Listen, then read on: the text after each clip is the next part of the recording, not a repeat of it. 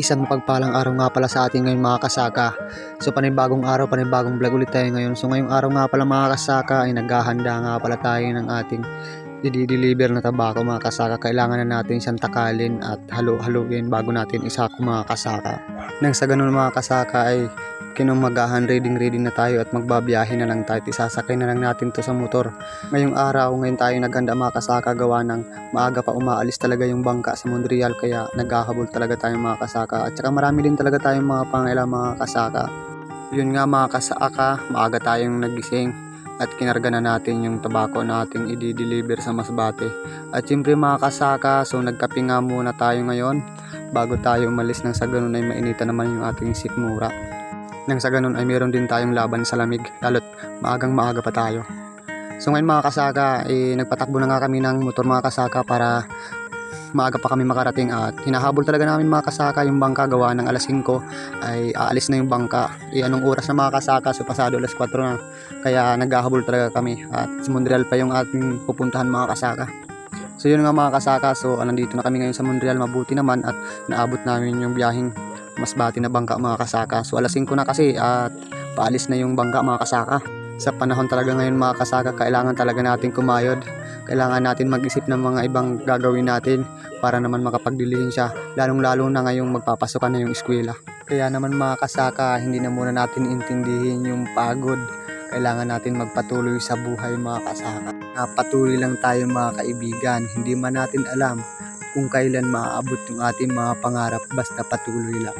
Enjoyin lang ang kahirapan, huwag kang panghinaan. Darating at darating din tayo sa ating inaasam. Tuloy lang, Panginoon ay di tayo iiwanan. Magtiwala. Kahit na anong mangyari po tiyain, ibaba man ng marami, kung mahirap ay hindi yan basihan. Sipagan at sipagan, kabutihan ay palaging tuloy lang. Napakasarap ang buhay sa simpleng pamumuhay, kung saan ito tayo ay sanay. Dati pang naglalakbay sa kahirapan, pagod na ako pero tiniis ko lang at tinitiis ko lang. Lalo't merong pamilyang umaasa, nagbibigay pag-asa, nagtutulak para umabanti pa, para ituloy ko pa ang mga nasulat na. Ito yung mga kasaka, yung mga suki ko dito sa Masbate.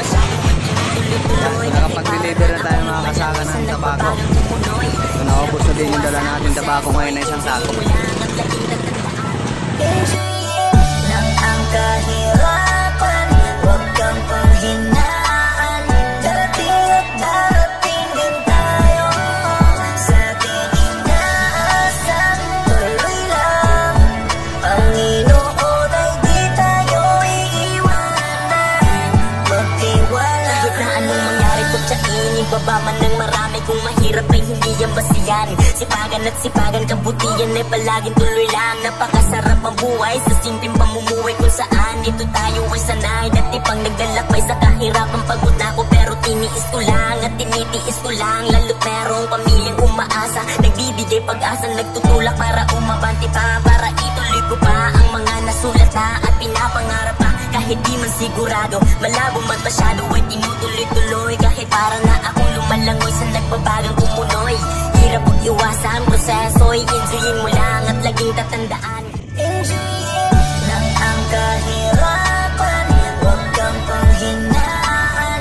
Darating at darating din tayo sa ating inaasam. Tuloy lang, Panginoon ay di tayo iiwanan.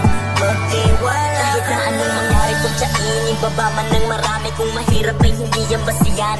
Sipagan at sipagan, kabutihan ay palaging tuloy lang. Napakasarap ang buhay sa simpleng pamumuhay, kung saan ito tayo ay sanay. Dati pang naglalakbay sa kahirapan, pagod na ako pero tiniis ko lang at tinitiis ko lang. Lalo't merong pamilyang umaasa, nagbibigay pag-asa, nagtutulak para umabanti pa, para ituloy ko pa ang mga nasulat na